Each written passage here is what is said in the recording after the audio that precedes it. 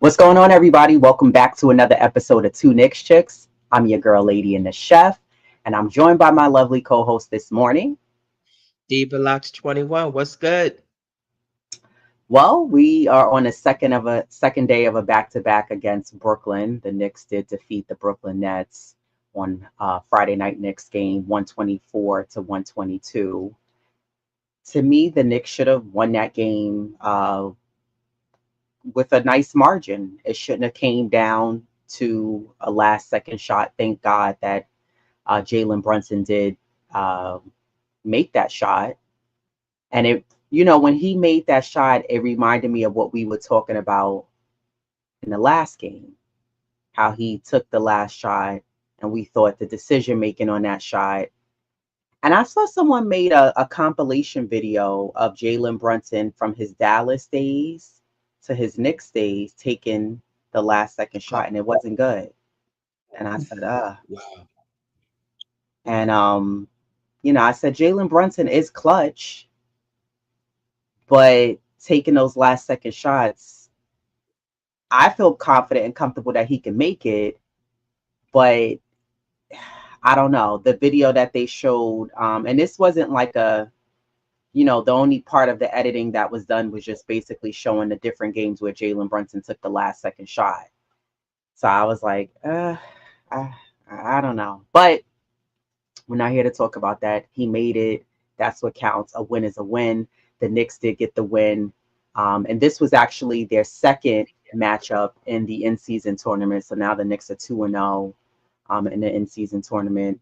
Now, here's the thing with that game. The Knicks outscored Brooklyn the first three quarters. First quarter, 32 to 37. Second quarter, 27 to 31. Third quarter, 23 to 32. And then the fourth quarter, for some reason, the Knicks had a defensive collapse, which has been kind of the case here so far at the start of this season. I'm going to run off the stats and then I'm going to kick it off to you because I want to hear your thoughts in this game. Mikal Bridges played 41 minutes. He had 22 points. He had a block, a steal, 4 assists, 5 rebounds. He was 4 for 7 from the three. He was 9 for 17 field goal percentage wise. OG Anunoby, who I thought had a really good game, played 39 minutes. He had 25 points. He had 3 turnovers, but he did have 2 steals, 8 rebounds.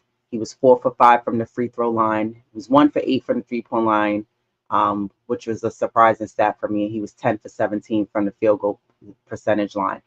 What stood out for me for OG, though, was that he was very aggressive and found his mismatches in the paint and his patience in scoring those easy baskets. Jericho Sims only played 18 minutes. He had 4 points. He had 7 rebounds. He was 2 for 3 from the field goal percentage wise. Jalen Brunson played 34 minutes, finished with 37 points. He also did have 3 turnovers as well, but he had 7 assists, 3 rebounds. He was 10 for 12 from the free throw line. He was 3 for 8 from the 3-point line, and 10 for 12 from the free throw line. I don't know if I mixed that up. Field goal percentage wise, he was 12 for 20. Josh Hart, 40 minutes played. He had 14 points, 2 turnovers. He had 2 steals, 9 assists, 9 rebounds. He was close to another triple double. He was 6 for 6 from the free throw line and 2 for 5 from the 3-point line itself. And Ariel Hukporti got nice minutes. He played 30 minutes. 30 minutes. I thought he deserved those 30 minutes. Um, we were asking for him to get some playing time and reduce Sims' playing time. He had 7 points. He had 4 blocks. He did have 3 turnovers, but he had 4 blocks, 3 assists, 4 rebounds. He was 1 for 2 from the free throw line, 3 for 5 field goal percentage wise. Campaign had a nice game, played 19 points. Played nice backup minutes at the point for Jalen Brunson. He had 10 points, 1 turnover, 1 steal, 3 rebounds. He was 2 for 6 from the 3-point line and 4 for 10 overall from the field goal line. And then Tyler Kolek did play 7 minutes. Pacome Dadier played 12 minutes. He did finish with 5 points, 4 rebounds as well. Quiet game from Kolek. What were your thoughts on that game? And was there any comfortability because the Knicks did so well the first three quarters, and then you felt like, okay, we have it? Well, nothing's never guaranteed, so it's my comfortability level. Well, when the Nets, when that fourth quarter was like the doom or die for the Knicks. Um, they had a collapse. Last year, it tended to be like a third quarter collapse. This season, that fourth quarter seems to plague them, because this is not the first time they had that collapse. Um, and defense, I mean, that's ultimately I guess you want to call it the Achilles heel. Like you got to play defense. Just know when a team scores 40 points in the fourth quarter, that means your defense just went out the door. Like that's practically damn near unheard of. Um, so nothing was guaranteed, and we all know games it's about runs. The Nets went on theirs, put the Knicks, backs up against the wall. They were up like 21 again. Your Yeah, defense just went right out the door. You can't get comfortable, and no lead is safe for the most part, and that's proof right there. Um, and with the Bulls, how they were down 22 the last game. So again, it's like you gotta like it'll come, but just to watch, that collapse, and that's proof that no lead is safe. So, yeah, Jalen, I mentioned before, like, we know he's Mr. Clutch, and do I want him to see to take that last shot? Yes, no, but it just so happened it went in for him. I guess that was like a redemption shot, um, but just overall the game was just like it was a scrappy, like gritty game for the Knicks. That's their are they known for that? Yeah, but do I like to see those type of games? No, I wanted to see them just get the lead, maintain it, and hold on to it, and walk out there, you know, with a win without coming down to a last second shot for the most part. So yeah, they got the win, but now you gotta do that tonight. right. I do want to point out that your sound is kind of off. So I don't know if you want to connect to your phone, but it sounds like it's your sound is you got the Jeff effect. It's happening again. So I don't know if you want to look into that. I I'll Um, go out and come back in. yeah. Bye. So yeah, I thought I didn't get comfortable because I've called this and I've said this. This has been a thing with the Knicks where the Knicks, for some reason, when they play Brooklyn, it kind of reminds me of when we played Detroit. The score is always very close. I don't know. Yeah, the Knicks had the lead, but I don't get comfortable with that lead if we have a lead against a team like Brooklyn because for some reason, when you don't play defense, especially on Cam Thomas, who had 43 points, he was 7 of 10 from the 3-point line, and I believe he made 6 of them in the first quarter. And to me, he was yeah, I believe he was 5 for 5 from three in the first quarter. But that can't happen. That can't happen. I just thought there was no defense on him. And he was really who kept them in the game because Ben Simmons, of course, was a non-factor. He only had 4 points. Dennis Schroeder, he did hit that three with like 11.5 seconds left in the fourth. He had 14 points. Cameron Johnson has 17 points. And then you had Dorian Finney-Smith, who uh, was on the Draymond Green pill and decided to shove OG to the ground like we was playing street ball. Now, don't get me wrong. I've been saying that I think the Knicks need to be a lot more aggressive, and that the Knicks need to get more physical and But I also thought the call on that was outrageous, and that the refs called it a double foul when it should have just been on this guy. But that's neither here or there. I'm not here to talk about the officiating. The refs are going to be off a lot of games. I just thought that particular call, it was very, I thought there was a WNBA referee in the game calling that call. But yeah, I thought they had good production, Brooklyn, from their bench. They got 6 from Wilson, 9 from Zaire Williams, 5 from Noah Clowney. Shake Milton got 6 minutes as well, had 2 points, and Keon Johnson has 7 points. So, something that the Knicks, we do have an issue with, is that we don't really have a bench. So, Deuce is still out with, not sure what Deuce sickness is. I don't know if he's dealing with a cold and flu, if it's COVID. I don't know what's going on, but Deuce has been sick. So that's why Deuce hasn't been playing. And this is why you had Pacome, Tyler, and Huck Porty essentially get some time. I thought Matt Ryan was going to get a little bit of playing time, but what do I know? It's Thibodeau's team. I'm just a fan. But I thought he should have been able to get some minutes. But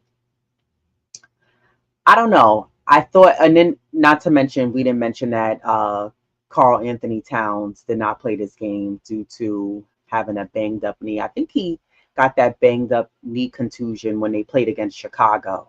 So he didn't play in that game. So I'm not sure if he's going to play tonight. I did see Deuce is still questionable for tonight's game as well. But yeah.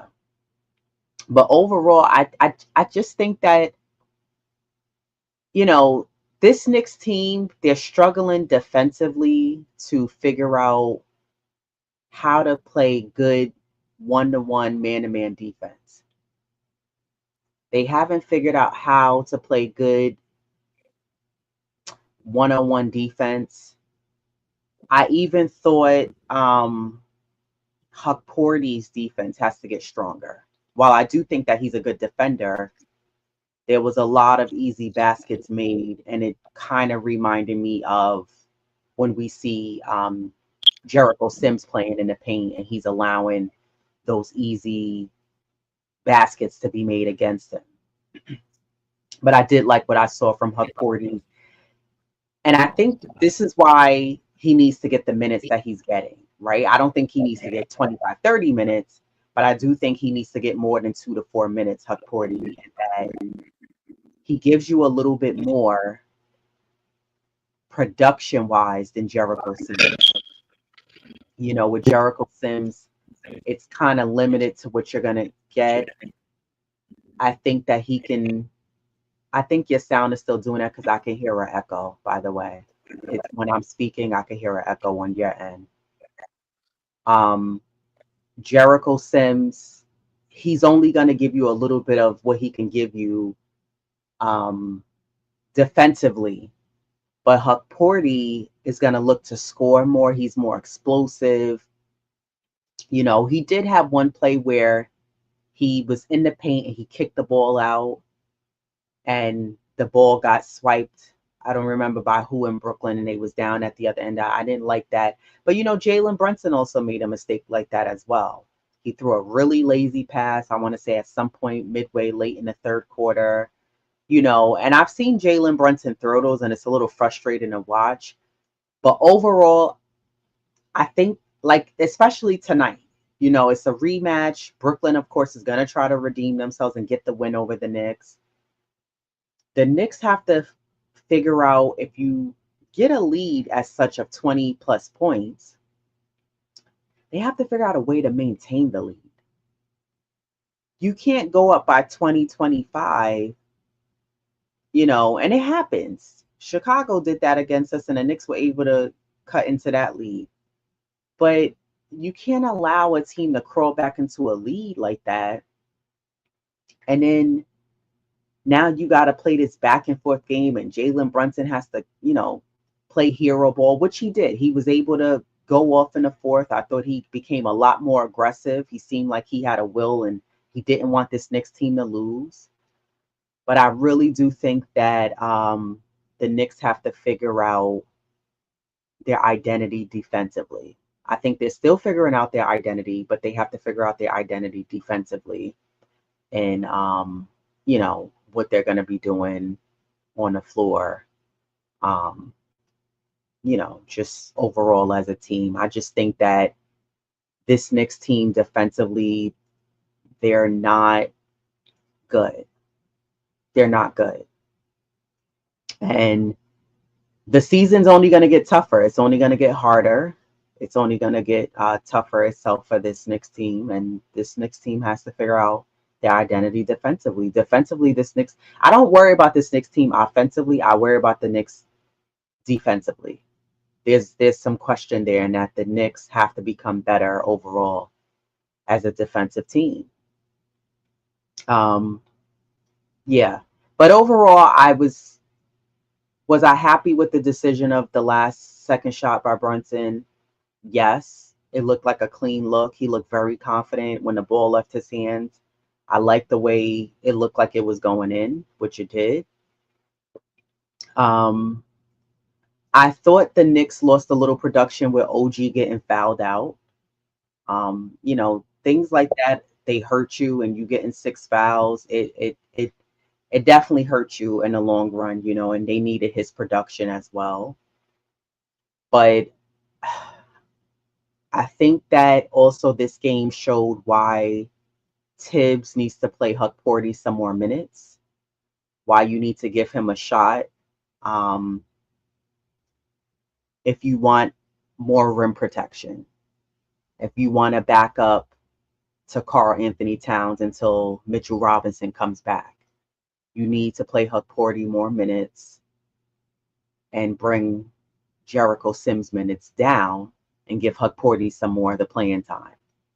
So I don't know. I think overall, I'm hoping that moving forward, and not just because we were playing the Nets, that Tibbs plays Huck Porty and puts him in a rotation more and allows him to make the mistakes and to grow while this team is going through their growing pains, and allow Huck Porty to get in this game and play with them.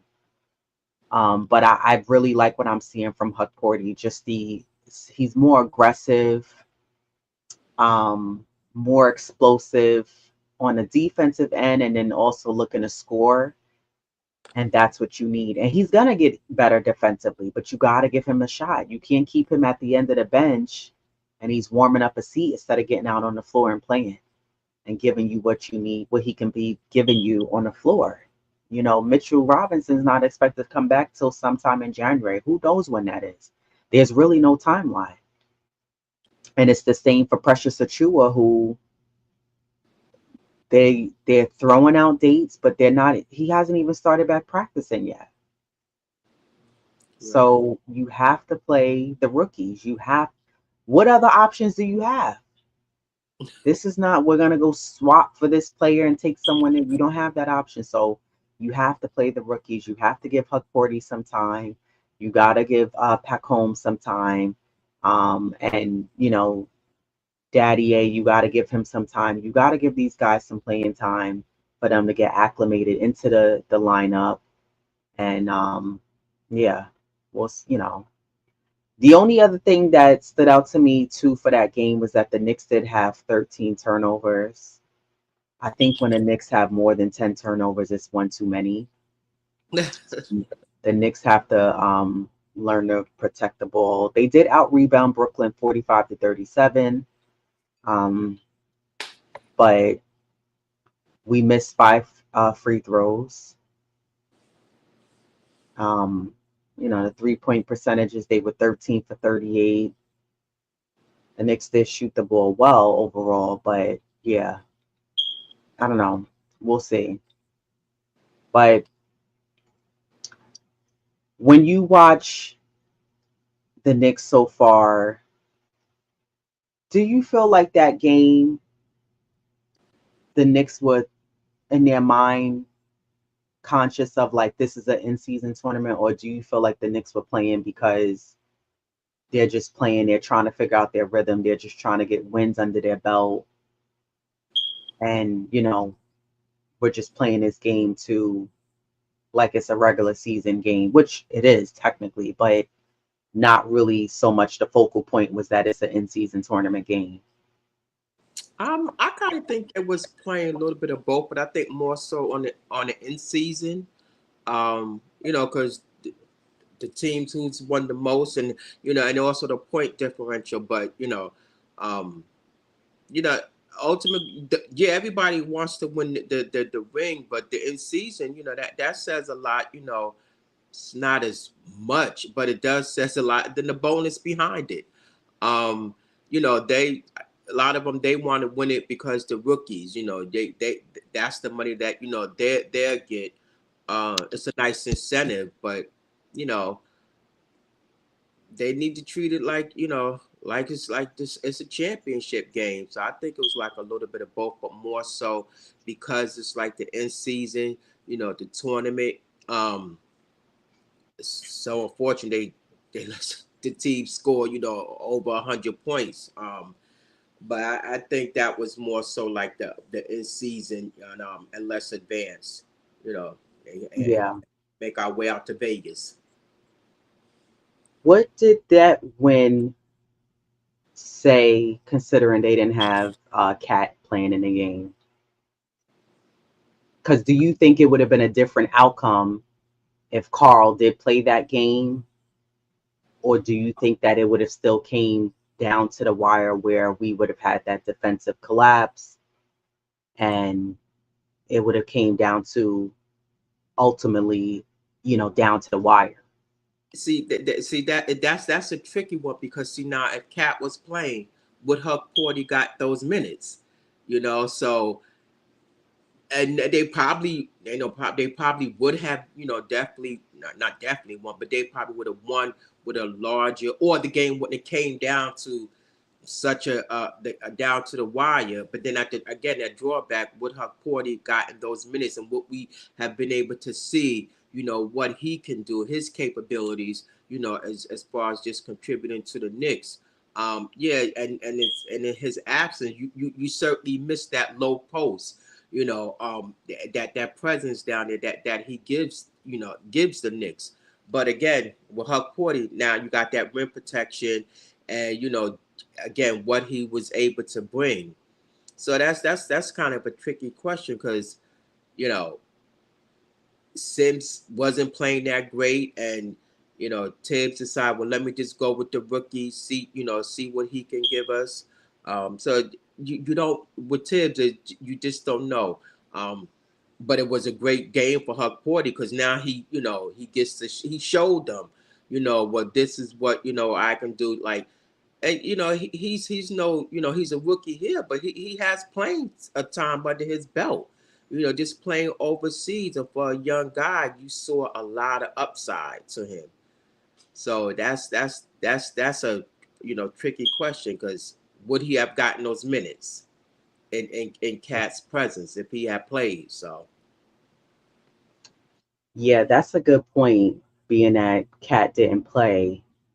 But my thing is, how does Tibbs incorporate Huck Porty to give him some more minutes? Because I think I still scratch my head and I'm trying to figure out why Tibbs, because you can't tell me it's just a trust factor why Tibbs wants to continue to keep playing Sims so many minutes instead of maybe cutting his minutes down 5, 6 minutes and giving some of those minutes to Huck Porty, because you'll never be able to see what Huck Porty could give you. You mean to tell me so he's only going to get minutes if Cat is hurt and then yeah, you put him in and now you want to give him 30 minutes?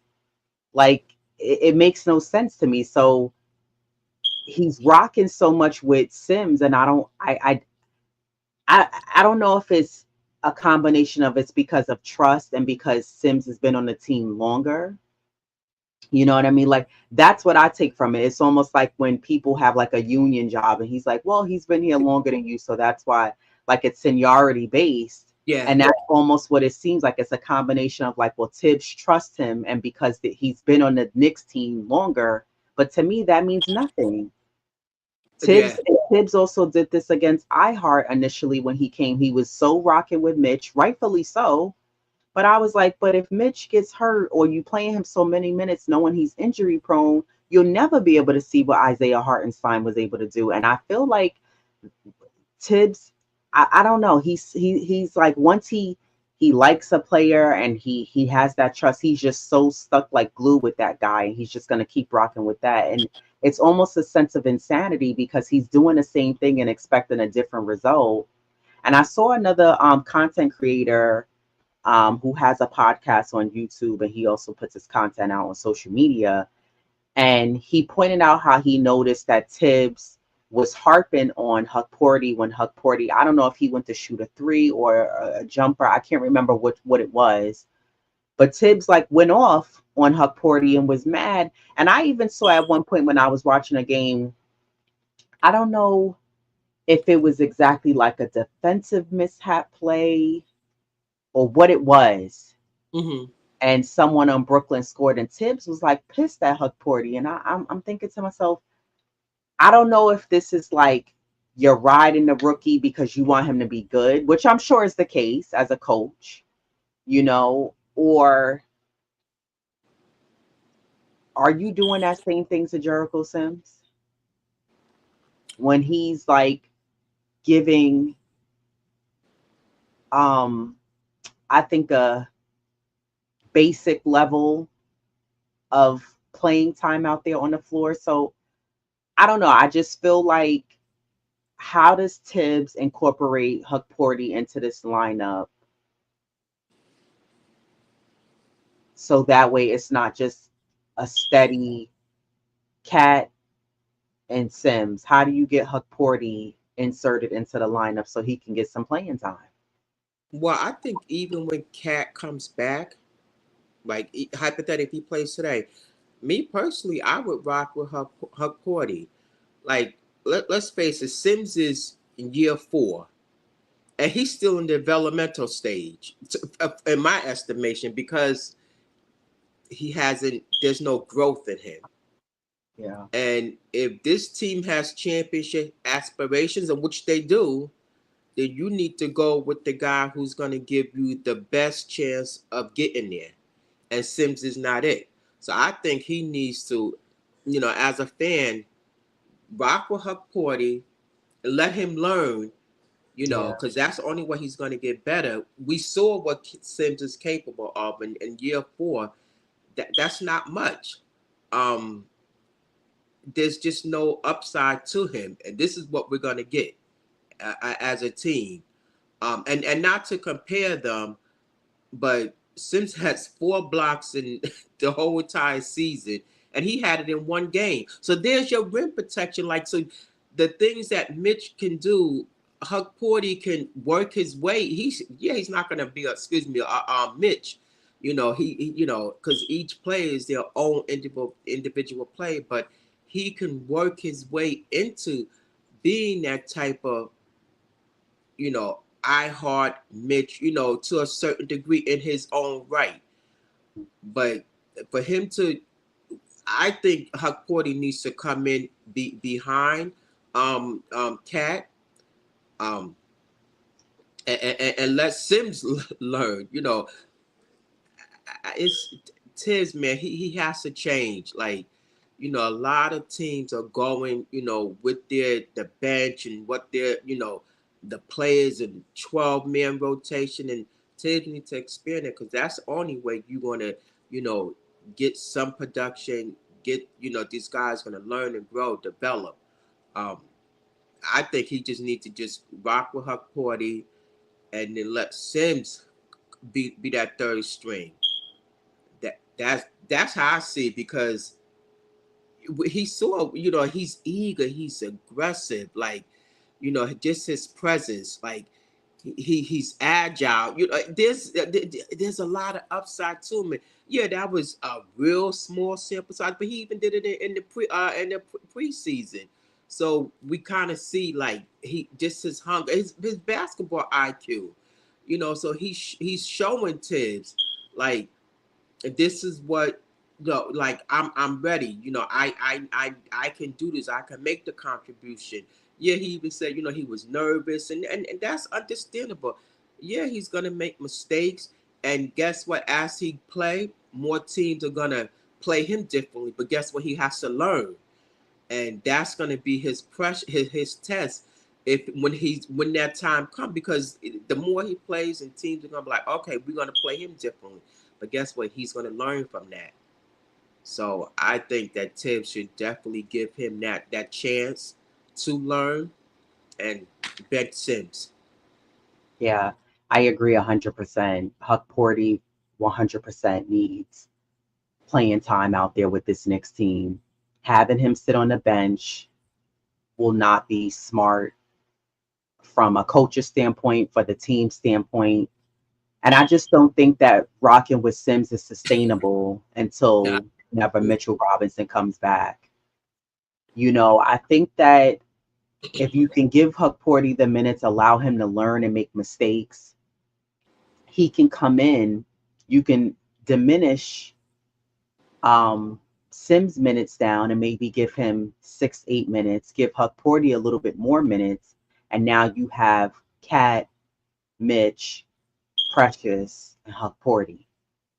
Sims needs to be the guy at the bench because you've had your time. You've Yeah. had your time. Out with the old, in with the new. We have to move forward. Tibbs can't keep rocking with Sims. It's not going to be sustainable. And, I think one of my biggest questions also is that with Tibbs being such a defensive minded coach, for me personally, that's not reflecting when I'm watching this Knicks team play. Yeah. And I'm not understanding what's missing. I don't know if it's that, is it Tibbs that needs to I mean, because if you're a coach, right, and like really good coaches, whether they're on a collegiate level, they're in the National Basketball Association, I don't care if you're in the WNBA, like when you are expecting your players to give you, shooters are going to shoot, you're going to have the offense there, right? But you can have some teams who have guys who can shoot and give you offense, but sometimes it's the way the coach is coaching, and you're not going to get that and pull that from players, depending on how you're coaching that team and setting up your plays and etc. But really good coaches, they demand and expect top tier defense. Yeah. And I don't know if it's that, like, I really wish I can go to like the practices to see how the Knicks could practice. Um, you know, because when I watch the Knicks play, it's like the defense is lackluster. It's a step too slow. And then I'm not going to take away that they have pockets defensively where the Knicks are good, but it's like you always say, it's not for 40 minutes. It's here and there, spotty sections of defense where it's really good. Yeah. And I think that this Knicks team, they haven't figured out, like I was saying when you was coming back in, they haven't figured out how to play good team defense, good man-to-man defense. They can't even play you know, set box defense if they wanted to. They can't even do that. And I'm really trying to figure out, where has the defense identity gone away under Tibbs if he's considered such a defensive minded coach. I'm not sure, like, and yes, I think some of the blame has to go into Tibbs. You're running the show. Yeah, he can't go out on the floor and play, but what happened to the defense? Because this was even an issue when we had Randall here, when we had RJ here. The Knicks just weren't a good defensive team. Again, there was certain games, the defense, we was like, wow. And the Knicks have been known to be a team where, unfortunately, when things are working, they move away from what's working. But Yeah. I'm trying to figure out, why isn't this team good defensively. You know, I think the consistency is another question. This Knicks team has to learn how to be consistent in many facets of the game, offensively, Yeah. defensively, together overall. But I'm trying to figure out why this Knicks team isn't good defensively. Why isn't the defense stronger? There's not a stronger defensive presence here. And then I don't know if is it the players? Is it the coaching? And there's a lack of like, you gotta play defense. You gotta step up. You gotta impose your will. You gotta be smarter. The IQ has to be there. And I don't see that with this Knicks team. I don't. And I'm trying to figure out, what is it? I don't know. What is it? Yeah, because even and we know Tibbs. That's one of his forte because he was the defensive coach prior. But even if that's not the emphasis, and I'm quite sure it is, as a player, you should put that onus on yourself, and you should like a coach shouldn't have to tell you to play defense. That's an automatic. So like you know uh, like Jalen Brunson, we know he sacrifices his body, countless. He'll put himself out there, um, and that's what more players should do. Like that should be an automatic, a given. No coach should tell you, you know, how to play defense. That should be embedded in your head. So yeah, the Tibbs takes responsibility, but the players itself, like they have to take a huge chunk of that because anytime you're giving up that many points, it's a team thing, not no individual. Like anytime when you win, that's a team effort. When you lose, it's a team effort. Defense, that's a team effort. So it has to start, with the players. They have to like step up and impose their will and just like lock players down. Like the kid Cam, like Thomas, this kid, and he's not the only one. Like he's chucking up threes. Like he's like they just he raining threes. So defensively, where is the coverage on that? This Right. guy, he was like lights out. And yeah, we know he's top tier, in the fourth quarter and clutch. So put a body on him. Don't you read the stats? Don't you know where he's at as far as, you know, he's in the up he's up there in top tier as far as just chucking up scoring in the fourth quarter and clutch. So again, where's the scouting for that? So collectively, the team, and individually, you have to like take the onus and like, okay, I'm gonna play defense because this is on me. So Tibbs has to take responsibility, and the players itself.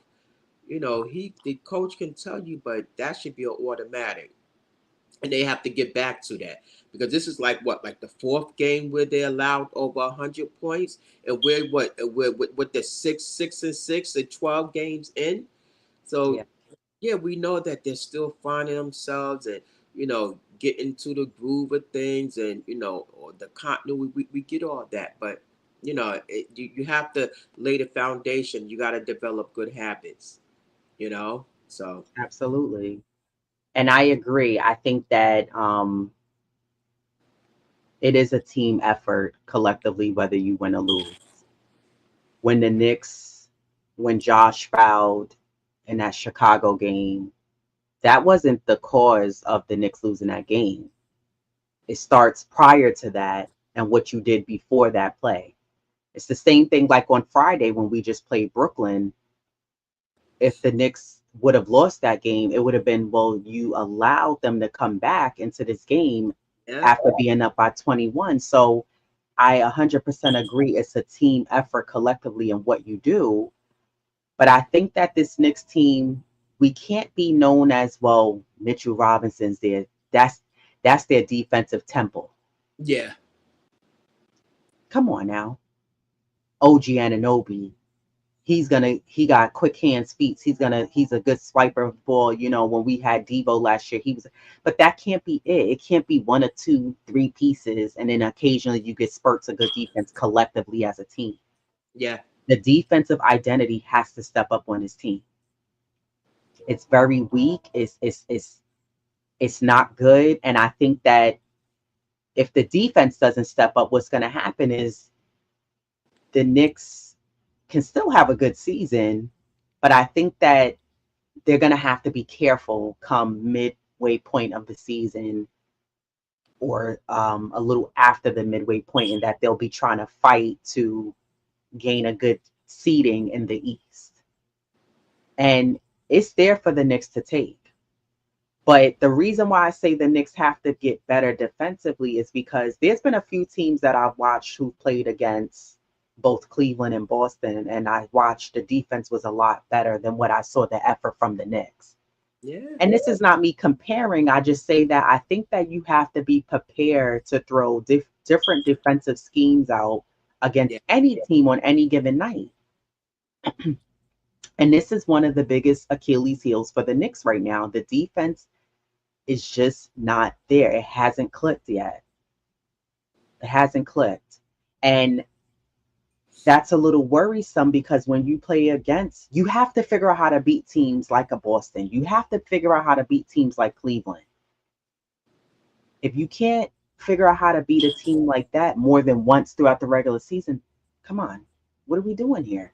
What are you going to do? And you're trying to reach the finals and get out of the second round? Yeah, that's concerning. Yeah. So, I think that tonight is going to be another true test to run it back. I'm happy it's a back-to-back. You're at home at the Garden. Yeah. I want to see how the Knicks do a few things. One, I need the Knicks to collectively start to get some consistent wins under their belt. I don't want to see them win one, maybe two, and then you lose two or three. There has to be a little bit more consistency. And I get that, yeah, it's still early in the season, but this is why you have to find your rhythm and your footing now. Yep. And then defensively, I want to see the Knicks, if you're able to get that lead, because I thought that was great that they were able to get such a 20, 21 point lead over Brooklyn, but you have to figure out how to maintain that lead. You shouldn't have to go fighting and go to battle, go to war in the fourth quarter because you can't guard the perimeter. And it seems to be an issue with the Knicks where the Knicks have issues fighting over screens. And don't get me wrong, a really strong big player who sets the right screens, it is hard. Like when players try to guard Brunson, when Mitch is setting that screen, it's hard to get past Mitch because he's so, such a big body. You can't, when Embiid does it, Falari, whatever, it's hard to get past those screens. I get it. You see players that try to fight through those screens. Their shoulders getting bumped. They're getting wiped out to the floor. They're trying to get past it. I get it. But I think that this Knicks team has to do a better job with closing out on the three on the perimeter. And I'm still seeing there's these like collapses where someone's guarding a wing. The wing gets a screen on a roll, and then there's no pickup on the rolling player. Or this was a big problem we had last year where Mitchell Robinson and Ihart was having to decide, do I pick up who's coming at me or do I worry about my man who's behind me? And I'm any, mini, mighty, mo. And I'm seeing that happen a lot this season as well, where I saw it a lot in the fourth quarter on Friday, where Hukporty was like, he's backing up and he's trying to figure out, well, do I guard the guard that's coming toward me? But I see my man is standing next to here. So I don't know. I just think that if you're maybe the other guard who's standing nearby, if you're Josh, however, you got to come in and stop that guy, the driver who's coming into the lane. So this way Hukporty could be boxing out, maybe try to help potentially block the shot. So I just think defensively, this Knicks team has to become stronger. They have to figure out their identity because it's a problem. And I think that we have to there has to be some things that we have to figure out. And I agree that it falls on the players. And I also think that part of it is Tom Thibodeau as well. But the Knicks play. Go ahead. Let me I'm ask sorry. you a question. Do you think that they're underachieving so far? Overall, or is there any particular aspect? Overall, yeah, like, do you how underachieving, like, because they're 6-6, yeah, they're 500. Um, com- I don't want to say compared to the Nets, but just like overall, like, do you think they're underachieving? Like, we know they can do more, and definitely defense is like one of their keys that they need to work on. Hmm. I think that, to be honest, I think the Knicks are where I thought they were going to be around this time of the year. Mm, I didn't think the Knicks were going to come off to an explosive start. I didn't think though that the defense was going to be at this level. I thought it would be, I don't know if it's because, and I constantly I said I'm going to be a huge advocate for defense this year. I don't know if it's because we don't have, like, Mitchell Robinson to be that rim protector there, to give us those second and third chance opportunities. Precious Achua is out. You don't have the passing that you got from iHeart. And we were kind of talking about that too, how the delay in getting the money to pay iHeart created a domino effect this offseason. yeah, But, and we could kind of touch on that too. But I think the Knicks are kind of sort of where I thought they were going to be. Now, there's maybe about 3 games that I feel the Knicks should have won so far at the start of this season. But I think, given how Tibbs also likes to still figure out combinations and player schemes Jizz. and rotations early in the season, I'm not surprised at where this Knicks team is. Okay. I do see the potential and the upside. Case in point, when we played against Chicago, the Knicks was able to come back in. We've seen that resilience from the Knicks and them to be able to come back into games. But from preseason, I noticed the issue. My biggest thing, I said the Knicks don't look good defensively. And it looks like that's going to be an issue this season so far. And there can be a turning point where this Knicks team can turn it around. Yeah. But I don't want to say they're underachieving. I just think that there's growing pains. They're figuring it out, and they will figure out their identity.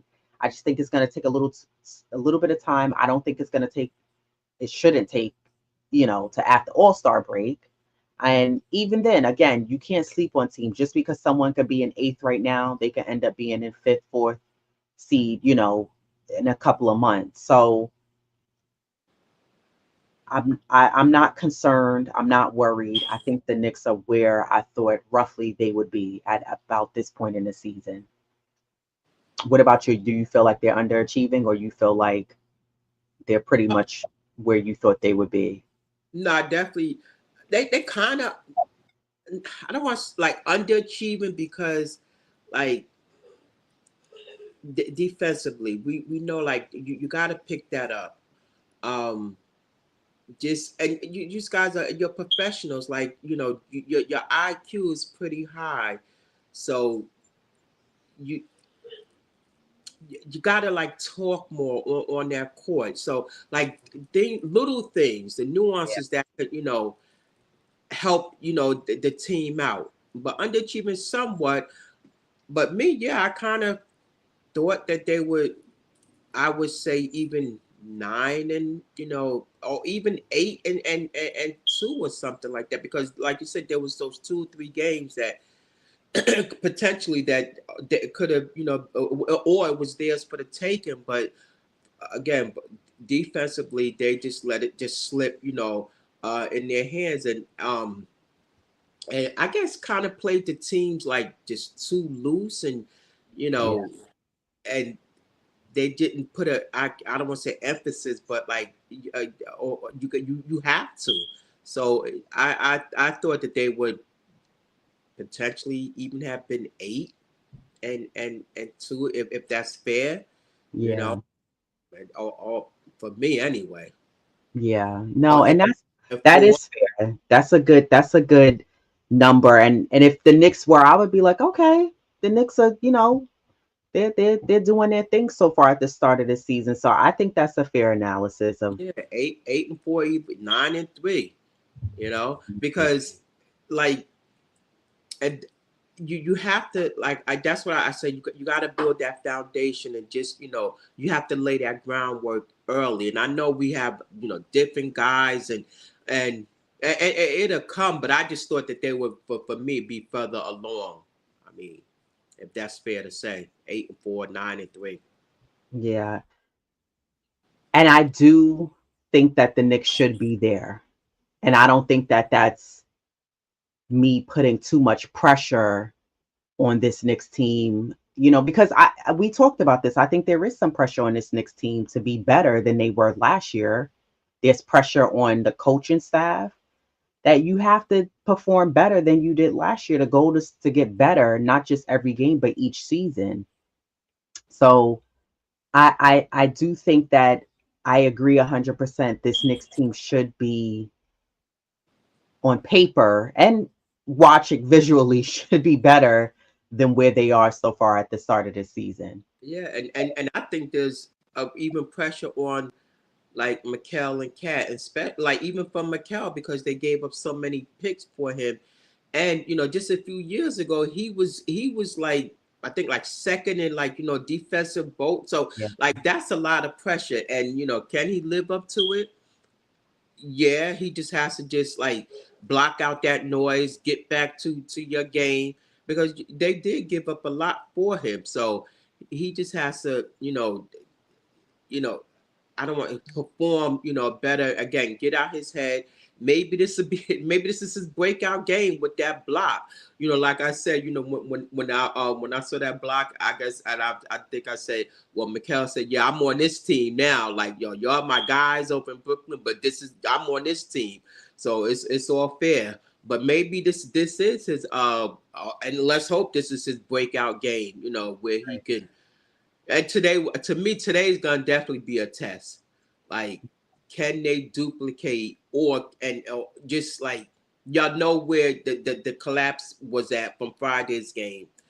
What can you do so you don't have that collapse today? Yeah. Yeah, I agree. The Knicks did give up a lot to get Mikel. I think that Mikel can give the Knicks what they were looking for and the reason and why they signed him. Yeah, You know, and I do think that he does have that pressure because I think Cat will live up to what they were expecting for them to give.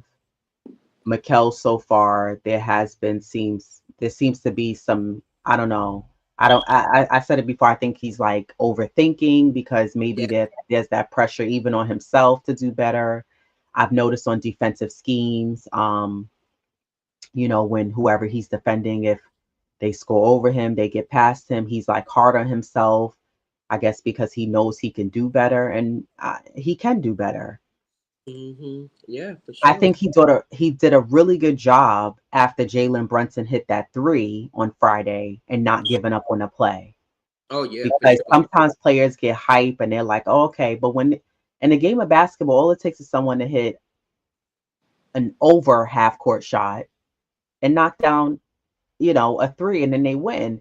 So he did a really good job backpedaling on defense, watching Schroeder, and he was able to get the block. So I liked what he did there and that he stayed the course until the game was over. The clock went out.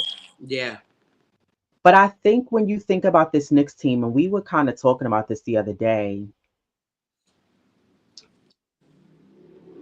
with the Knicks taking so long to sign iHeart, the Knicks knew they didn't have the money to sign iHeart. It's just like the Knicks knew that they didn't have the money that Emmanuel Quickly was looking for. Emmanuel Quickly's number was here. The Knicks were like 7 million, excuse me, short of what 8 million short of what Quickly wanted. It's a business. Quickly wanted what he wanted. He left. I'm not signing. I'm not taking that. Isaiah Hartenstein played incredible, made his stock value go up. His asking price was here, and the Knicks they didn't have enough to give him that. The Knicks took a long time trying to figure out how to replace Isaiah Hartenstein. And I think that, to me, while I trust the front office, I think they took too long, and it created a domino effect, as we see now at the start of the season, figuring out, well, who's another center we can get. We did a few shows about replacement centers for this team. If you knew you didn't have the money to give Isaiah Hartenstein what he was looking for, and this shows case in point why they had to get Karl Anthony Towns. Now, okay,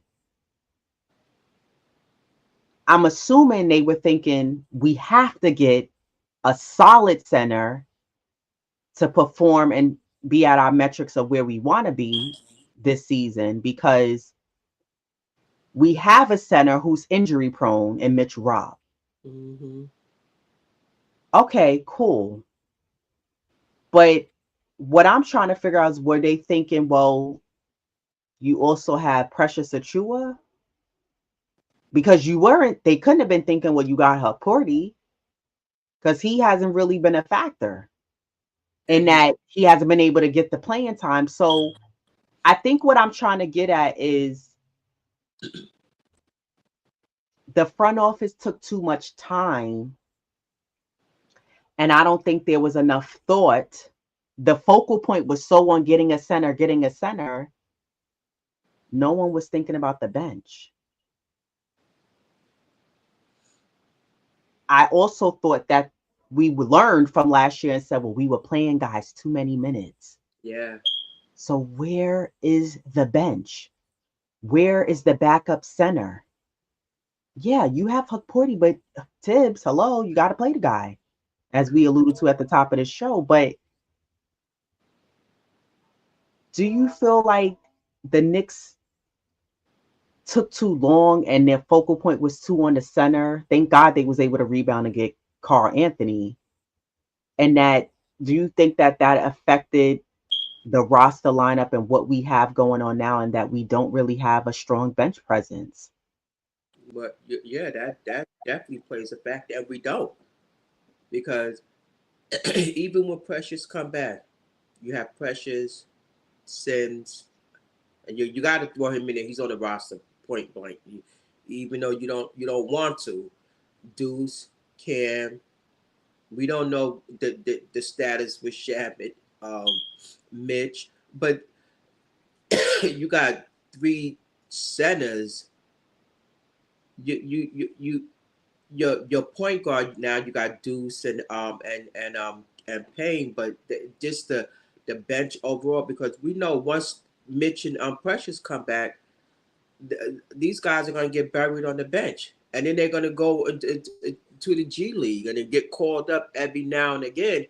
But there's just still, like you said, the bench is a forgotten part of the equation, um, because they were so focused on the center, which great, we got that, but it's like you still there's this they still lacking depth, because Mitch and you Mitch January, but you still got November, December. You got to worry about, like, Precious. When he comes back, he turns into what? Is he playing center? Is he gonna? So, like, it was just like a forgotten task for Rose. We praise him for what he's done thus far, but to me, the depth, they still lacking that. And that's a problem in and of itself, and it needs to be fixed, because I don't know how far they're gonna go with what they have. Yeah, I also wonder, Karl Anthony is more of a 4 than he is a 5, Yeah. but he's interchangeable, can play both. I don't feel like he's playing outside of his positioning. I don't know if you feel differently. I think he's doing a good job playing both. But does Carl need a solid center playing next to him like he did when he was in Minnesota playing with Rudy? Or, you put in Precious, you put in Mitch when you can. I'm sure at times when Mitch comes back, they'll be playing together. But do you feel like he needs to be playing against a stronger center to have in tandem on the same court while he's playing together with that other big on the floor? Or do you think the way we've been running it so far, it's okay, it can improve? Well, definitely it can improve, but I think that, again, there's no rim protection. So how many shots is he blocking per game? Yeah, he's giving us, the defensive rebounds and the offensive rebounds, but just like that defensive presence, like he's he's not a rim protector. And that's what, that's the like downside. There's a lot of upsides, so but just you're not coming in this paint and just scoring on me. And I think he does need a legitimate center. Even when he was in Minnesota, how you have Rudy, he was that rim protector, just guys not coming down here and just scoring at will. So he don't offer that. That's the only thing with downside to his game. So I mean I like him at the 5, but I mean, I think they need that. Like somebody like, even a Huck Porty, you know, Mitch when he comes back, is spurts or limited minutes. Um, I feel that that's what they need. Like somebody just to guard that. Like, listen, you ain't and think twice, because the Brooklyn game. We saw where that it was like the last few like seconds of that fourth quarter, like Brooklyn was like they were scrambling to score, like because and teams think twice. We even said it before, like how teams when Mitch was playing, like the player think twice. And players just they can alter your shot and alter your game. So I think when you have that defensive presence down there, it a player will think like, oh, okay, like, oh, I'm not gonna shoot. So I think he'd be work well with a big. Yeah, I think Carl Anthony needs to be playing alongside or have on the floor at times Mitchell Robinson, Yeah. or Huck Porty. You need to have some type of two bigs, two twin tower type of Yeah. situation. Mm. And, with the way that both Mitchell Rob and Huck Porty plays, they're very gritty and aggressive. They're strong. And Cat needs that other, not because he can't hold it down, but it's not enough. So you need that second presence of a big who can be that rim protector. And then both of you have that backup playing alongside each other. I also think that this team, I don't know. I like, you have Deuce, you have Cam, they're coming off the bench. And the But I point don't know how do you fix it and get have more depth from the bench. Because it's like, let me rewind. The reason why you need to have Huck Porty coming in and playing those minutes and giving him more minutes than Sim, to me, when Mitchell Rob comes back, he should be on limited minutes because we don't need him sustaining another injury before playoffs. And we need him. They're gonna need Mitchell Robinson in the playoffs. There are rumors circulating that the Knicks may look to get rid of Mitchell Robbins, get rid of Mitchell Rob because of the injuries. I don't know who you bring in. I don't know who do you bring in that's going to give you that same defensive presence, the same second, third, fourth chance offensive rebound opportunity. Who do you bring in that's going to give you that? I'm not sure. Yeah.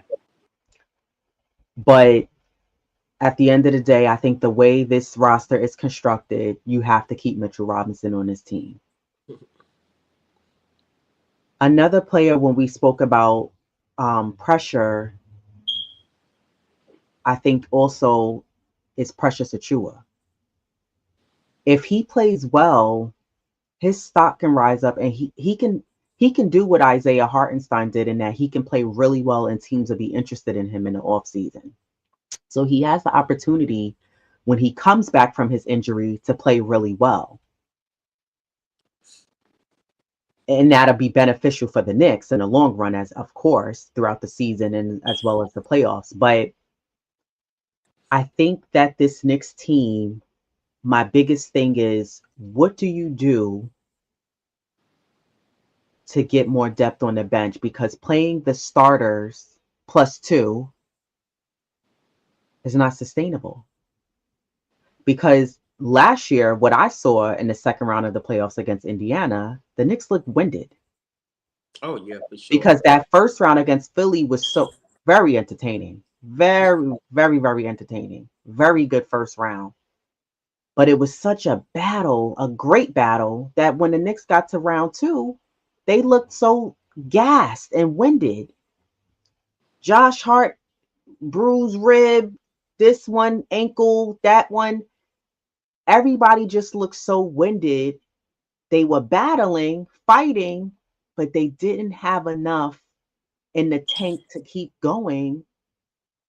And I think Knicks fans, we were like, yo, Tibbs is playing guys too many minutes the whole season. And there was a whole big thing all over the internet. Articles was coming out as Tibbs playing his guys too many minutes. And my thing is, I think 30 minutes, occasionally your 35 minutes is suffice. But I don't think you need to be playing guys 40, 42 minutes. Because if you playing Josh Hart 40 minutes now, how many minutes you going to play him in March, in January? So I think there just needs to be like, chill out now. You don't need to go that crazy. And you need to preserve guys so that way when you get to the playoffs, you have guys who have fresh enough legs who can go and be able to get through round 1 and round 2. As the key is for this Knicks team is to get past the second round. We know they can get to round 1. We know they can get to round 2. You have to prove that you can get out of the second round. But how are they going to do that if you don't have enough depth on the bench and guys are playing 42, 45 minutes, 38 minutes? And then Tibbs is shortening the rotation to 7, 8. Okay, that happens in the playoffs. But also, if you don't allow certain guys to come in, you know, and this is where I get confused. Tibbs is all about stay ready, next man up mentality, but doesn't exercise that a high enough percentage throughout the regular season. So I don't know. I'm trying to figure out how can they become better and contenders, because they can be in that third seed. You've mentioned this to me. They absolutely can. A lot of teams are struggling. It's not to say teams can't turn it around and go on a run. The Knicks will find their identity, but how do you become better and contenders when you don't have enough depth and bench presence, which can kill you come playoff time? When teams have guys, 3, 4 guys they can bring in off their bench, and we rocking with Campaign and Deuce McBride. And if Tibbs happens to give Kolek or Huck Porty some playing time, how does that work? Well, right now, I mean, it's the beginning stages. You know, look what they did this past season. How they pulled off. how they brought in OG. So when that trade deadline happens, or they may make a trade during the off season or in season. We don't know, like, because they're constantly working, watching guys and who's available. That may change, at some point in the season. They're rocking with who they have, forming that identity, and I guess they just pretty much like seeing, like, when Mitch comes back, what kind of production he's gonna give us and what he's able to give us. Same thing with Precious. So they it's kind of like a wait and see. And I think that the depth will change at some point during this season, because they don't have any, like, real depth, like guys that's gonna come off the bench and, give you 15 points, or because when you compare the bench, just the scoring, they're getting outscored, the Knicks bench. So I think that will change at some point. Don't know when, because that's not sustainable. And if you're vying for that championship, then it has to change, because otherwise you're going to be right back to square one. You want to make the playoffs, and I mean make you go post, get past that, and then fall flat. I think that's going to be addressed at some point, because we know Tibbs don't play rookies, definitely down the stretch when it comes down to it. So it's just a work in progress, and the wheels are spinning, and they know that needs to be addressed. And probably it's like after the All-Star, let's see where we're at in standing. Let's see what our needs are, and how can we address that. Yeah, I mean, shout out to Old Head. He said, need to see Huck and Towns with OG at the 3, Bridges at the 2, Hart off the bench. That was my question. I was going to ask you, like, how do you feel about Huck Porty, Cat, of course Brunson, OG, and Bridges, and Hart coming off the bench? Well, that's what I want to see. I want to see Huck Porty and Yeah, Towns together on the floor. I don't want to see Towns and Sims on the floor. yeah, It's giving me a headache. And I don't get headaches. It's giving me a headache. I don't want to see Sims on that floor as much. I want to see Tibbs give Huck Porty, give him a chance to grow. Allow him to make the mistakes. Allow him to get in the groove of playing with the starters at times, when he's out on the floor.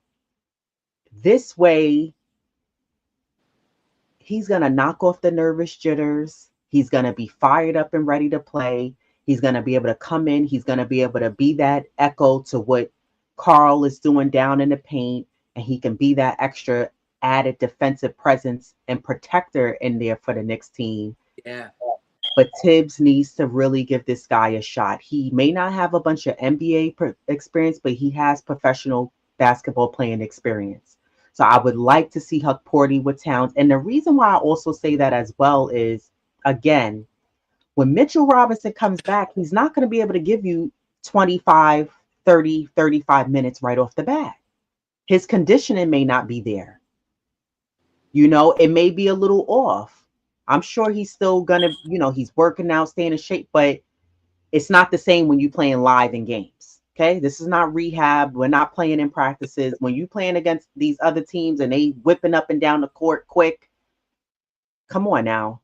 So, and I also, it's not just the conditioning aspect of it, but I think with Mitchell Robinson, I don't want to see Mitchell Robinson playing heavy minutes right off the bat. I want him to ease into the lineup because Mitch is very fragile.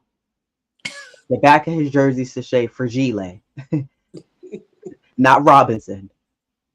Any little thing, and we get a scare. We're holding our breath. I need Mitchell Robinson to be healthy for us for the playoffs.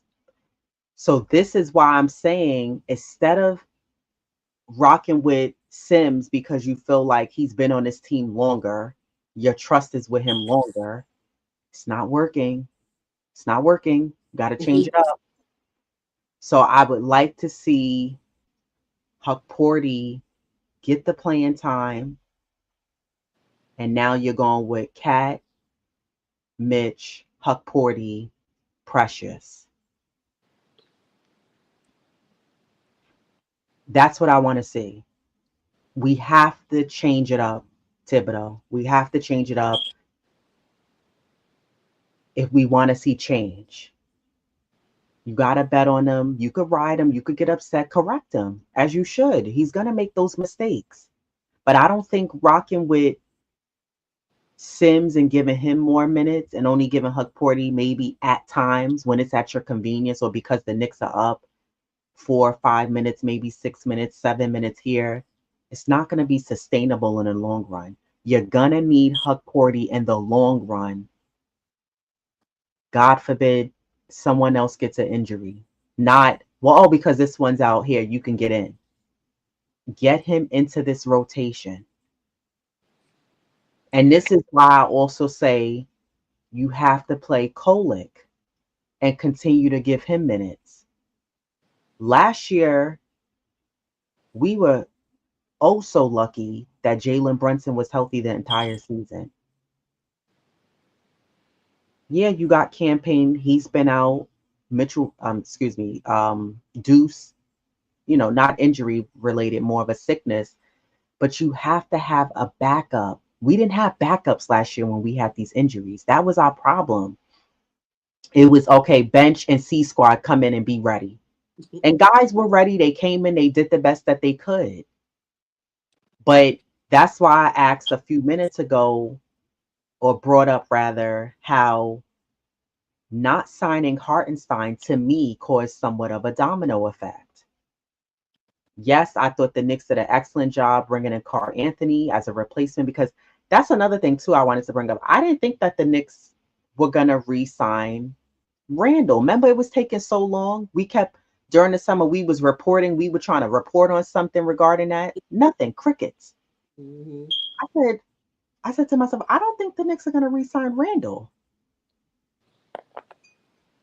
And as great as Randall's game got better throughout the years, I think from a business standpoint, they looked at it like, we haven't seen enough from him, unfortunately, due to injuries in the playoffs.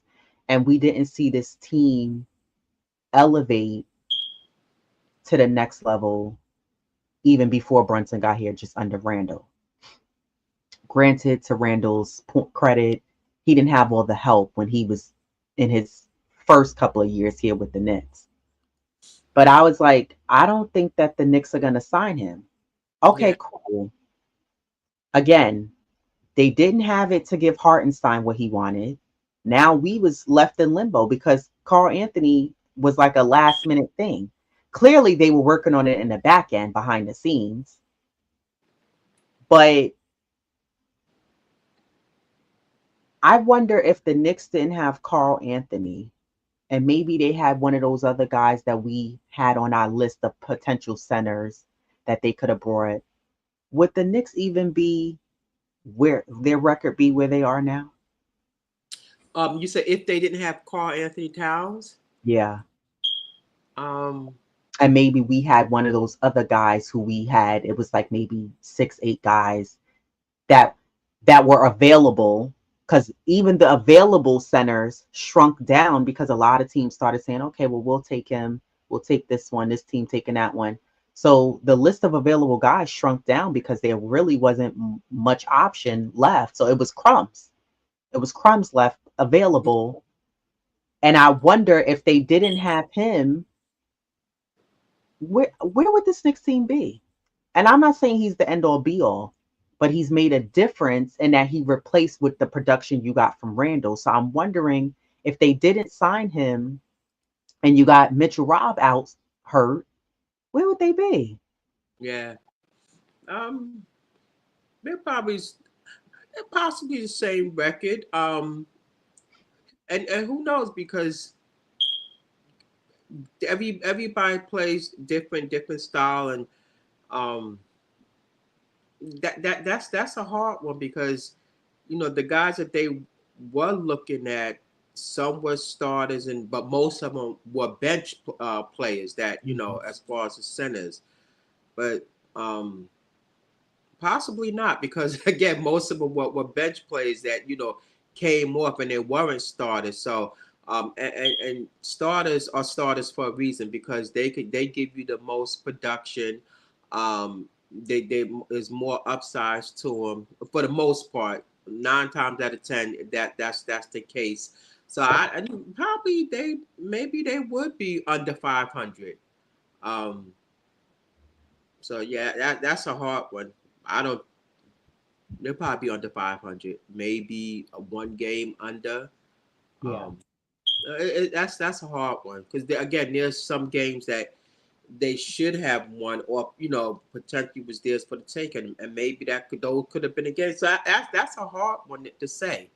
When a player's here as opposed to if they weren't here. Yeah. I think the Knicks would have been yeah, I think they would have been under 500 without Carl Anthony on his team to start this season. I think they would have been a team that just kept missing the mark, like losing close games. They were close, but Yeah, just didn't have enough to finish at the end. So yeah, I don't know, but that's neither here or there. We're past that point of, what happened during the summer. The Knicks made the front office made their moves, traded both Randall and Devo. Um, and, you know, I think they they both come with their flaws. yeah. I've heard there's complaints with Randall in Minnesota. They're not happy with him not playing defense. Carl Anthony, people feel like his defense is not that great here. He's not a good rim protector. And then they both respectively have their pros and what they do and bring to a team, with their game. And I've heard Dante's been struggling in Minnesota. So, you know, the season's still early. We don't know what may happen in January. If the Knicks may decide they need another piece or two, if Tibbs decides he's going to play guys off the bench more, we don't know. I think we have to sit back and watch and continue to trust the process and see what this Knicks team is going to do overall. Knicks do play tonight, second of a back-to-back against Brooklyn. They are playing at home, so they play Brooklyn tonight again at MSG tonight at 7. They play another. The Knicks are like on a roll. Then they play another back to back. They play tomorrow. They play Washington at home at 7:30. Then they play on Wednesday against Phoenix. They're away, and then Saturday they play Utah away. That's an early game. Your predictions for this week's games? The next 4 games. So they have Brooklyn tonight. They have Washington on Monday. They have Phoenix on Wednesday, and they have Utah on Saturday. Um, me, I always like to, bet with my Knicks, but uh I'm a I'm gonna go 3-1, and I think the team that's gonna probably be the hardest matchup is Phoenix. But then if KD comes back, 'cause I know he was out. And I know they lost their that game. I think Phoenix is gonna give them the hardest matchup. But then again, the Wizards are 2-9, and um, everybody wants to come to the Garden and show up and show out. So you got to be careful with teams like that they want to get a notch win underneath their belt. So teams like that, you just gotta just you know don't take them lightly. Same thing with Utah. Utah's like, I think they have the worst record thus far. So Yeah. and they're home. So you don't want to take teams like that lightly. And and definitely for tonight's game, man. You know what Cam's gonna do. He's looking for redemption, because he even said, oh, he's like looking forward to this matchup tonight. So you you definitely have to again, he's looking for redemption. The whole team is as a whole. But me, I'm gonna go 3-1. And I don't like to bet against my Knicks. I'm always on the positive, but I'm gonna do a 3-1. Yeah, that's my same predictions for this week. I got them 3-1. I'm not sure. I think I'm torn between. I have the Knicks winning tonight. I have them winning, beating Washington tomorrow. And I'm a little torn between Phoenix and Utah, but I have the Knicks for sure beating Utah as they are dead last in Western Conference. But like you said, I don't like to sleep on any team. And then the Knicks for sure can beat Phoenix. So yeah, I'm gonna go 3-1. And they have a little break between the Phoenix game and Utah. They play Wednesday, then again on Saturday. So yeah, I'm gonna stick with my 3-1. I definitely got them winning tonight and tomorrow. And then Phoenix and Utah, those should both be pretty good games. So yeah, we'll have a lot to cover and break down with the next few games coming up when we go on. So I know we'll do a pregame to Washington's game tomorrow in the Queen's Court with Queen, Tony Crow from Knicks and Bruises, and Jeff will be doing a pregame, and then we'll be back on Thursday to recap the Phoenix game and Washington game. And then when we go on Sunday, we can talk about what they did against Utah, and then upcoming game because they'll be playing again that Monday, that following Monday against the Nuggets. And the Knicks' next in-season tournament game is not till Friday the 29th against Charlotte. The Knicks can finish off the in-season tournament pretty strong. I feel like the matchups this year are for theirs to take. They've taken the first two. There's no reason why you can't beat Charlotte. And then their last matchup is against the Magic. You can beat all those teams. So, we'll see. Salute to hit him up. He said Phoenix not beating us. There's no reason why they should be.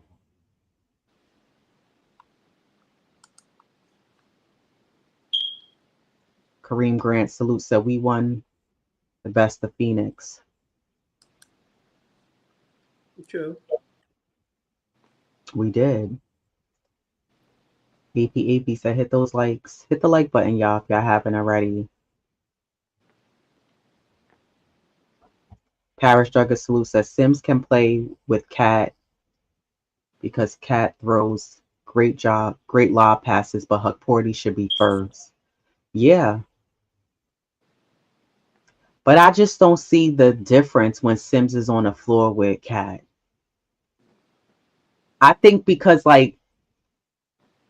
Huck Porty is just more energy. It's more grittiness, more toughness.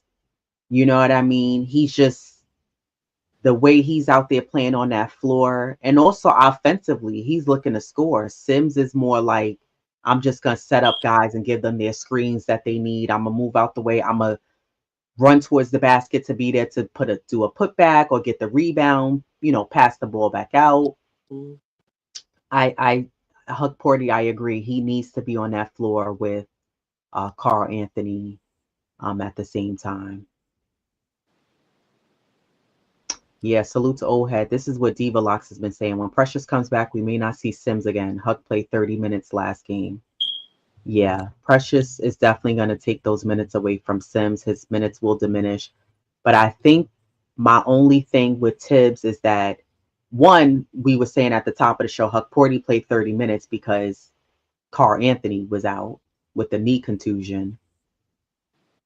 But when Precious comes back, absolutely Sims' minutes will go down. My only thing is with Tibbs, I don't want to still see him getting a lot of minutes because you're still rocking with Sims. You got to give Huck Porty more of the minutes. Sims has had his time here. It's time to move on. He's had his time. You got to move on. He needs to be the last option, and Huck Porty needs to move into that option that Sims is getting. So, yeah.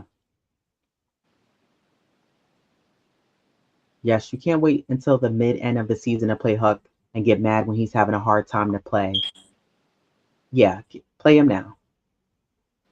It's time to gel, excuse me, play him now. Yeah, and that's the thing. This is why I say that the Knicks need to play the rookies.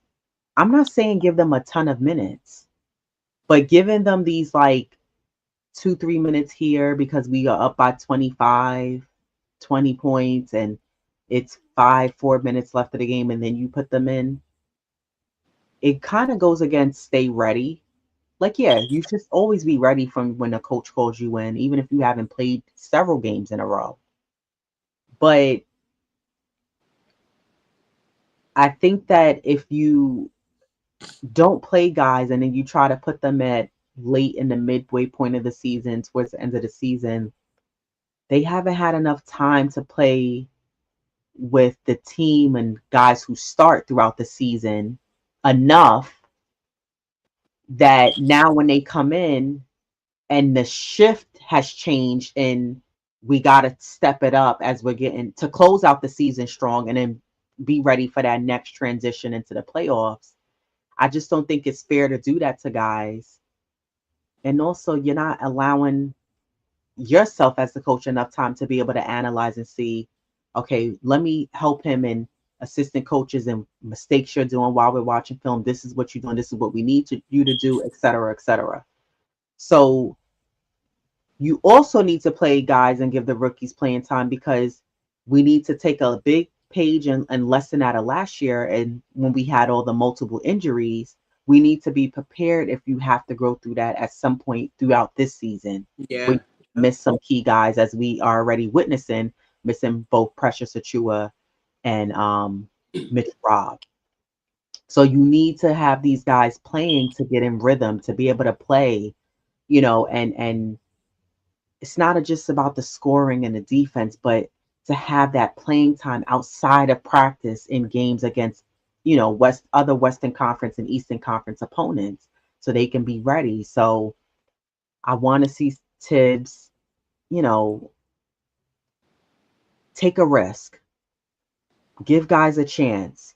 I want to see more emphasis on the defense. If you're such a defensive minded coach, I want to see that correlate on the floor. I don't see that happening on the floor. And you can't tell me that the defense is only going to pick up when Mitchell Robb comes back on the floor. You can't just depend on one or two people to play defense.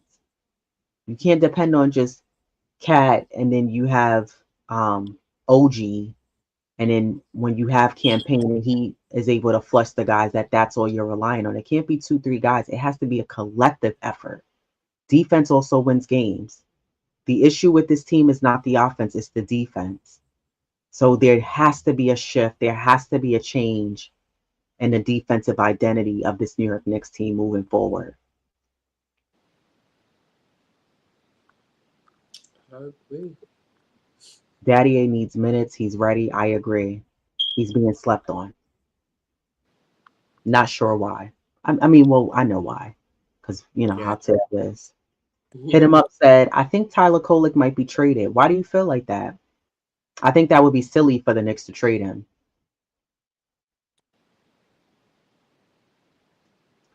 Parrish Duggar says, Sims always is a plus in his minutes. Sims really helps Brunson get free for his shots. Sims also is in the top 10 rim protection in the league.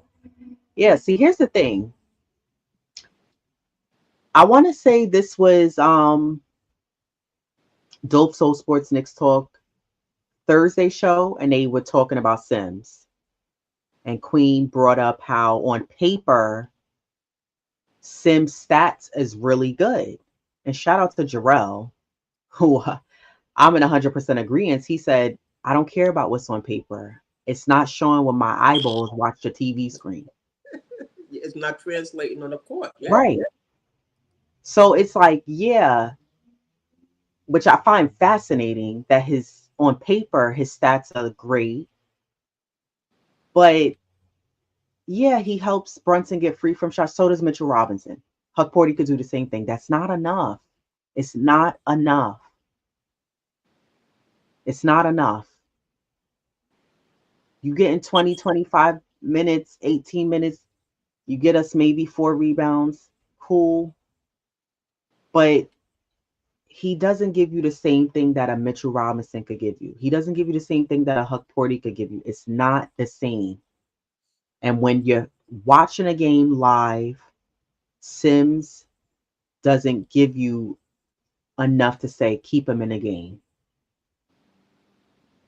Hell, we saw Precious give more than what Sims did last year.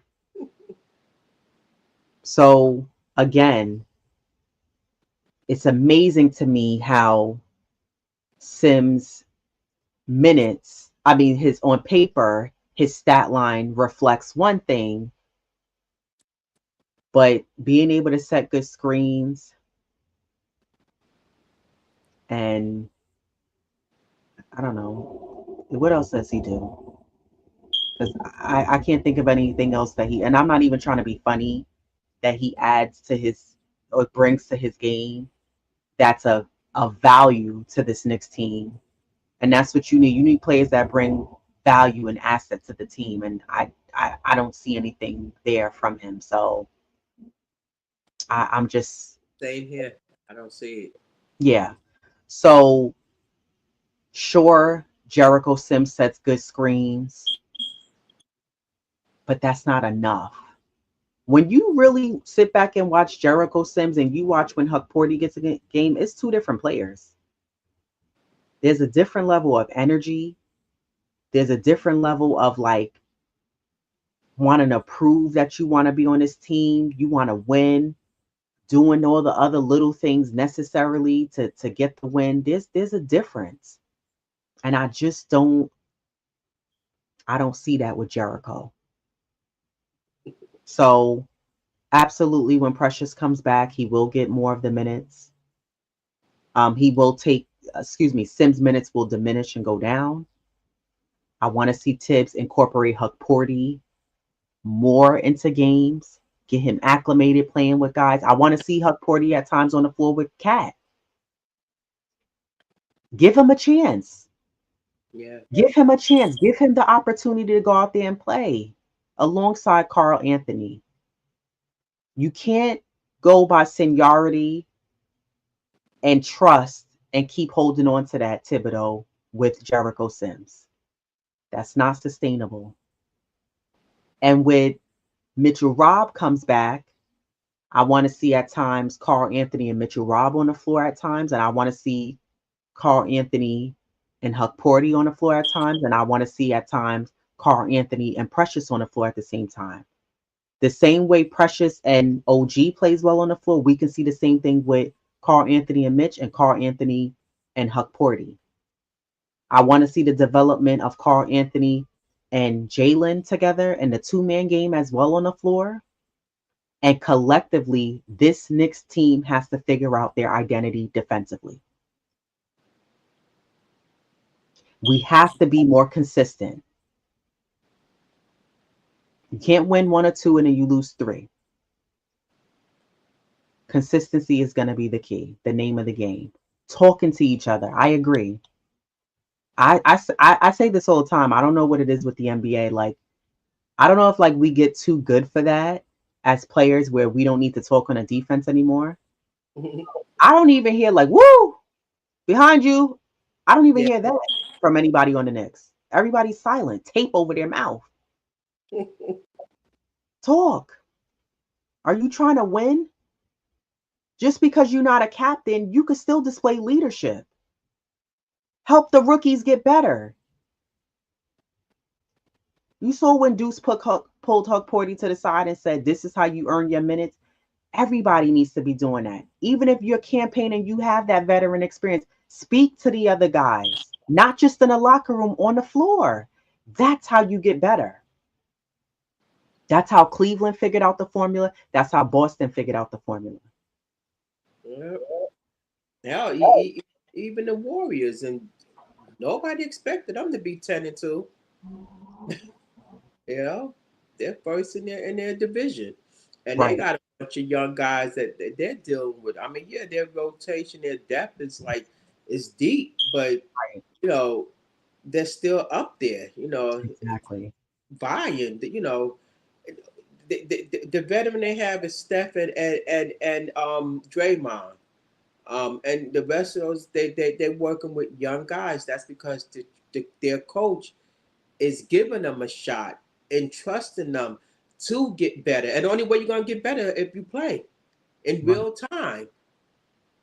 So that's what Tibbs need to like let go of that old school about not trusting the rookies and give them let them play. Like how else are they will get better, and and make the mistakes and learn along the way. I mean, I see a lot of teams, their depth is like so deep because their trust is a trust factor with the Right. players. Shout out to Tony Crow, Nicks and Bruises. Salute to Tony. Luke, Um, yeah, I think that also speaks volumes to a coach. When you have a good system, it doesn't matter if you're a rookie, if you're a veteran. You're not going to allow the system to be broken. You're going to implement whoever you need to implement, allow guys to grow and develop, and focus on winning games. And I think with Tibbs, no, he's not a modern coach. He's stuck in his ways. He likes to go off for trust and seniority. This is not a union job. It's not about your tenure and how long you've been here and you get the union benefits. You have to let go of that and say, okay, I'm going to put you in because this is why I need you to stay ready. I'm going to put you in the same way you giving Sims the floor. So it's almost like when a manager is saying, well, I'm allowing you to show and prove. So this way, when you're let go, I can say, well, I did give you the opportunity. He's doing that with Sims. You have to do the same thing with Huck Porty. Allow him to get the opportunities, like you said, to make the mistakes, to get out on the floor and play. And you never know the chemistry that could be built when you play guys like Huck Porty and Daddy A. Because I guarantee you, especially like a Daddy A and Kolick, if they was on other teams, no, they wouldn't get a ton of minutes, but they would be good. You'd be like, wow, that kid he's pretty good. that kid good. Right.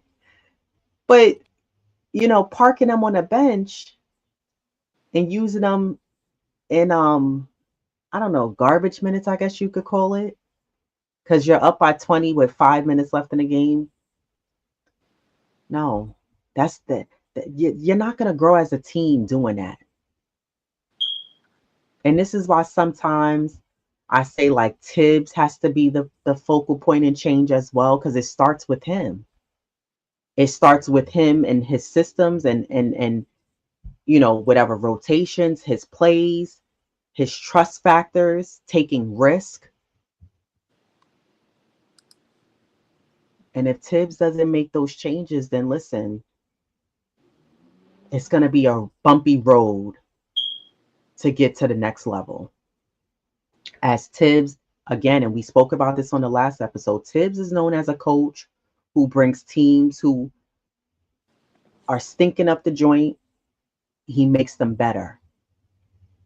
But Tibbs hasn't proved that he can win a championship yet in the NBA as a head coach, not a defensive coach, not an assistant coach, as a head coach. He hasn't proved that yet. So I think there has to be some change with Tibbs. Is that going to happen? I don't know. Tibbs, when I think it was Finney, whoever it was, sorry if the train is going by.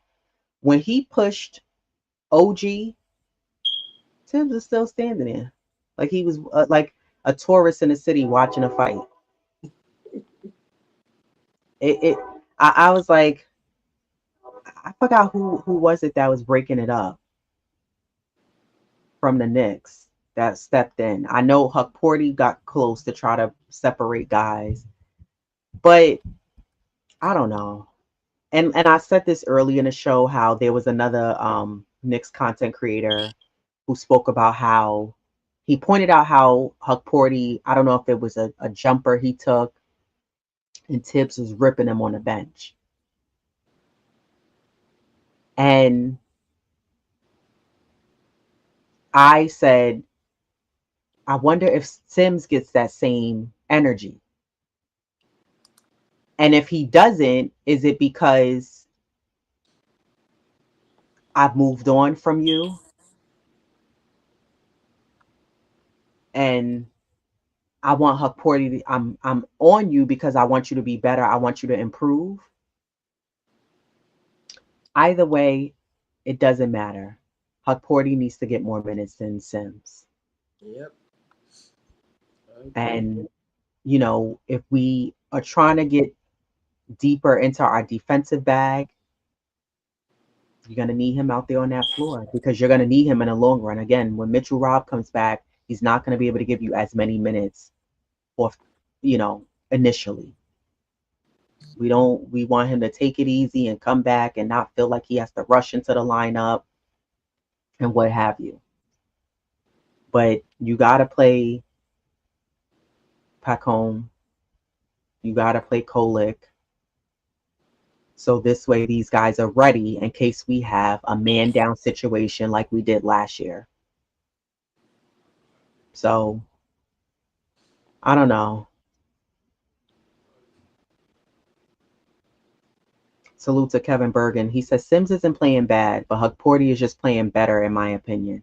Yeah, I don't think that Sims is playing bad. I just don't also think that it's good. And I think the effort is very low.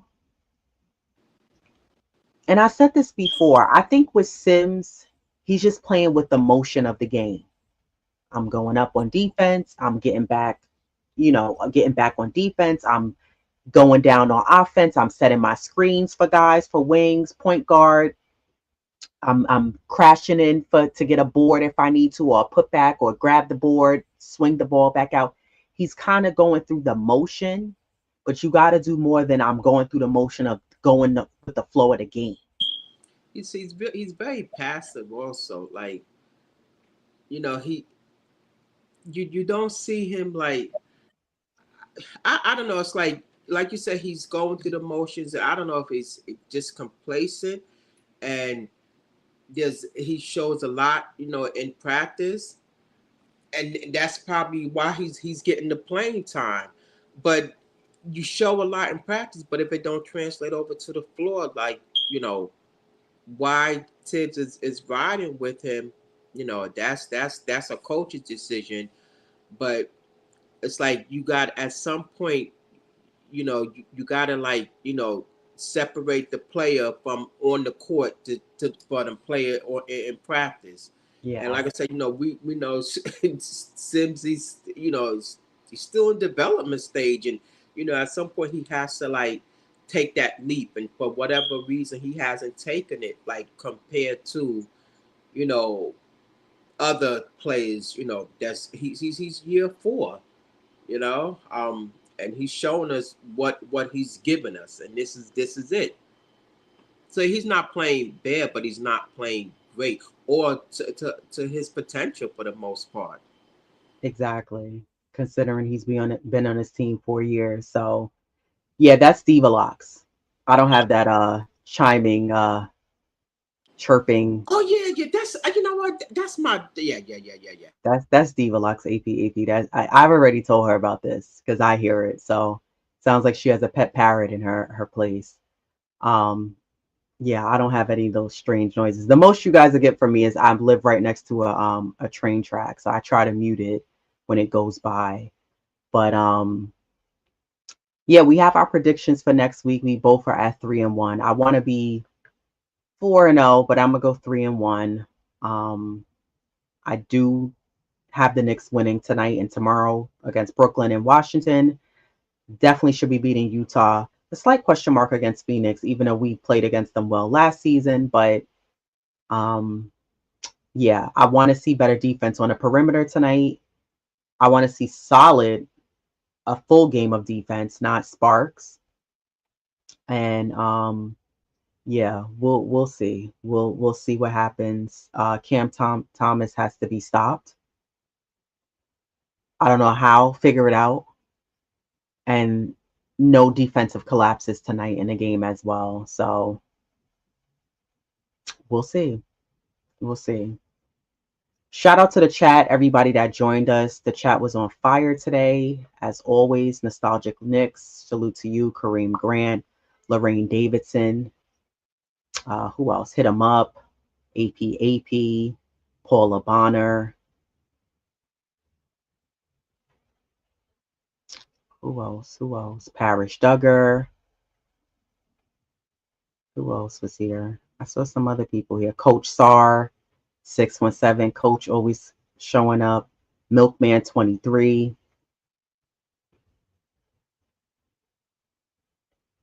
Old Head dropping in, showing love. Tony Crow, Nicks and Bruises. I'll see Tony tomorrow, who's also a panel member on the Queen's Court every Monday. Kevin Bergen, salute to you. Brooklyn Knicks fans, shout out to you. Salute to you for dropping by. Let's see what he said. He said, Nets game, Brunson shows that Towns disrupts his game on the floor. They got to figure that out. Well, that's why they got to figure out the two-man game. It shouldn't be that a player is disrupting one other player's game. I think they really got to figure out that two-man game. You know, I also think that Brunson has to find balance. How to score, which we know he can do, but also facilitate and set guys up on the floor as well. He has to figure out that balance of doing both on a consistent nightly basis. So, you know, but either way, the Nets, you can't allow Cam Thomas to shoot all those threes. 7 threes, you can't have that tonight. OG struggled from the 3 Friday. Hopefully he's able to knock him down. But I love that OG takes his time and he's able to get those easy baskets for us. And hopefully they have Carl Anthony playing tonight. Even if they do or they don't, I want to see Huck Porty playing minutes tonight as well. Yeah, shout out to you, AP. He said, I think this is my second season watching the show here. It is. This is our second season. And you're one of our loyalists who watch us when we do our New York Liberty content as well. So shout out to you as well. And yeah, everybody enjoy the game. Have a great week and be safe. And let's see what happens with our Knicks. I'll see you all tomorrow on the Queen's Court with Queen, Tony Crow, Jeff Clafter. And we'll be back on Thursday to recap these games. Anything else from you, Diva Locks? Nope. That's it. Let's go Knicks. Hit the like button before you guys leave. Shout out to the replay gang as well. Shout out to those of you who are not in the chat, but watching us. And if you're new here, salute to you. Subscribe to the channel if you haven't. Hit the like button. Leave us a comment too. We respond back to all comments. And until next time, everybody, we will see you all